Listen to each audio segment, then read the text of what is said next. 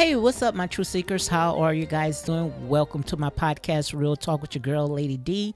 Guys, look, I have so much to talk about. I mean, so many unanswered questions, like I said, when it comes to our history, it have pretty much been erased. But like I said, it's up to us how far we are willing, to dig deep and search for this information because it's already out there.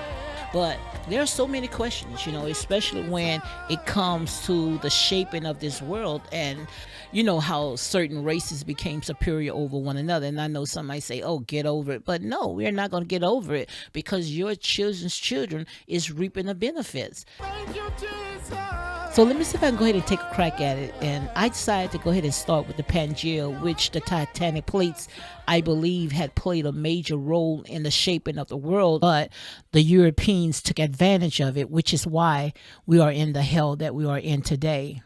And just like I had said earlier, I'm going to go ahead and use a voiceover because it's so much information, guys, that is out there. So the question is, what is a Pangia and how did it reshape our history? Pangia was a supercontinent that existed around 300 million years ago.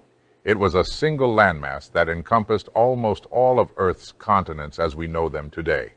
The name Pangia comes from ancient Greek and means all lands, which we call Mother Earth, the creator of all. Over time, due to the movement of tectonic plates, Pangia started to break apart, leading to the formation of the continents we have today.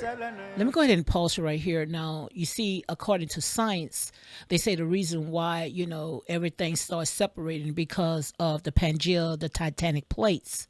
But if you go into the Bible where it says that the Tower of Babel, where it had reached the highest heaven, where the Most High God, he had peeped down and he saw the people was trying to spy on him, where he went ahead and he confused them. And that's why they had that unknown tongue and they were scattered abroad. Now, he that have an ear, let him hear. So let's go ahead and continue. We have today. Scientists believe that Pangia broke apart for the same reason that the plates are moving today. The movement is caused by the convection currents that roll over in the upper zone of the mantle. This movement in the mantle causes the plates to move slowly across the surface of the Earth. Many questions that are asked, is Africa connected to the Middle East? The answer is yes. I know many people are not ready to hear this, but at one time in history, during colonization, the region known as the Middle East was considered part of North Africa. The term Middle East is a relatively modern concept that gained prominence in the 20th century, primarily due to geopolitical and strategic reasons.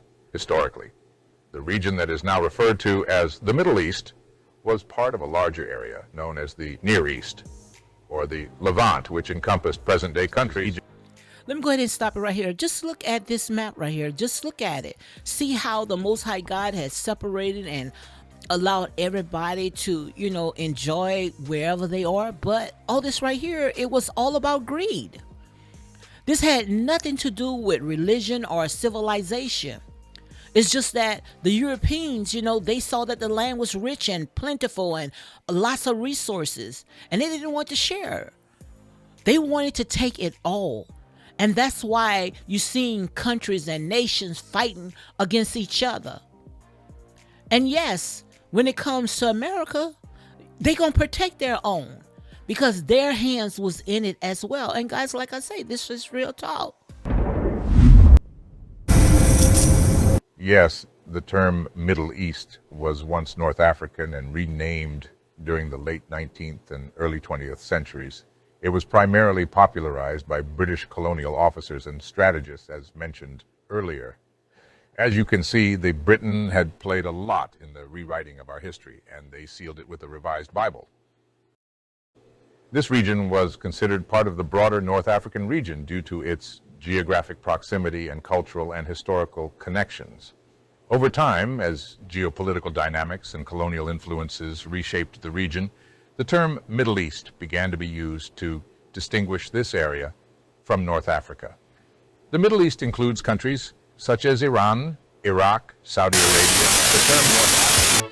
For hundreds of years, we've been the most hated. But within that hatred comes the hypocrisy of loving our culture. You've made trillions off of our motherfucking culture. You know that. You've made money off our culture. Let's be real. 100%. You made money off our culture. White musicians, all of them have made money off the black culture. So let's stick a pin in it for now, because as you can see, the Europeans had drew a line across everything and put it on a map and called it facts. But before I continue, and you have gotten this far, make sure you hit like, comment, and share for more unapologetic content.